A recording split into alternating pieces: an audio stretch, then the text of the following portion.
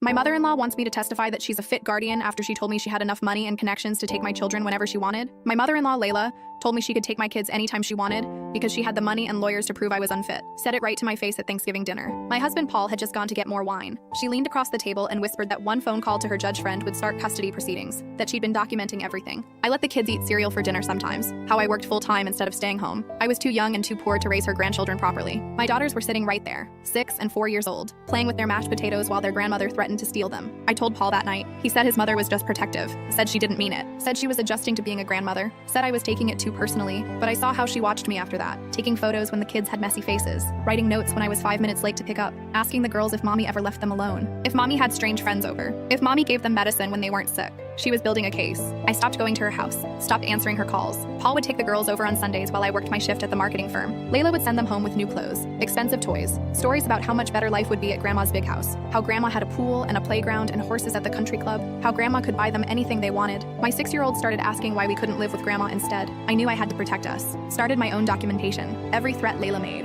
every inappropriate gift, every attempt to undermine me. I also went back to school at night, got my MBA while Paul complained about having to watch his own children, started applying for better jobs, landed a position as marketing director at a tech company, doubled my salary, bought a house in a better school district. Layla hated it, said I was working too much, said the girls needed stability, said career women made terrible mothers, said Paul should divorce me and let her raise the girls properly. Paul started agreeing with her. That was 3 years ago. I filed for divorce first, got an excellent lawyer with my new salary. Layla tried to interfere, submitted a letter to the court about my unfitness. The judge threw it out, told her grandparents have no standing unless parents are proven unfit, told her to stop wasting the court's time. I got full custody. Paul got every other weekend, but usually skipped them. Too busy living in his mother's pool house. Too busy letting her take care of him like he was still 12. The girls thrived without the constant undermining. Straight A's, soccer stars, student council, happy kids who didn't question if their mother was good enough anymore. Layla tried everything to see them. Showed up at school, called the principal, claiming I was neglecting them, called child services with anonymous tips. Every investigation came back unfounded. Every attempt got her further from the girls. Last year, she was banned from school property after causing a scene at the spring concert. Then last week, Paul died. Drove drunk into a highway barrier. Layla's golden boy is gone at 38. Left nothing but debt and empty bottles. The funeral was yesterday. Layla cornered me afterward. She needed my help.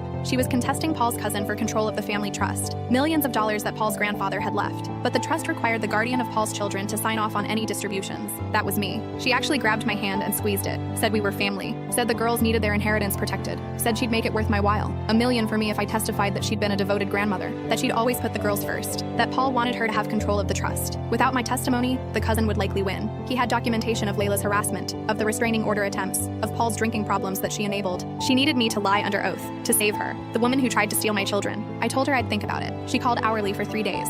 Full story on channel, link below.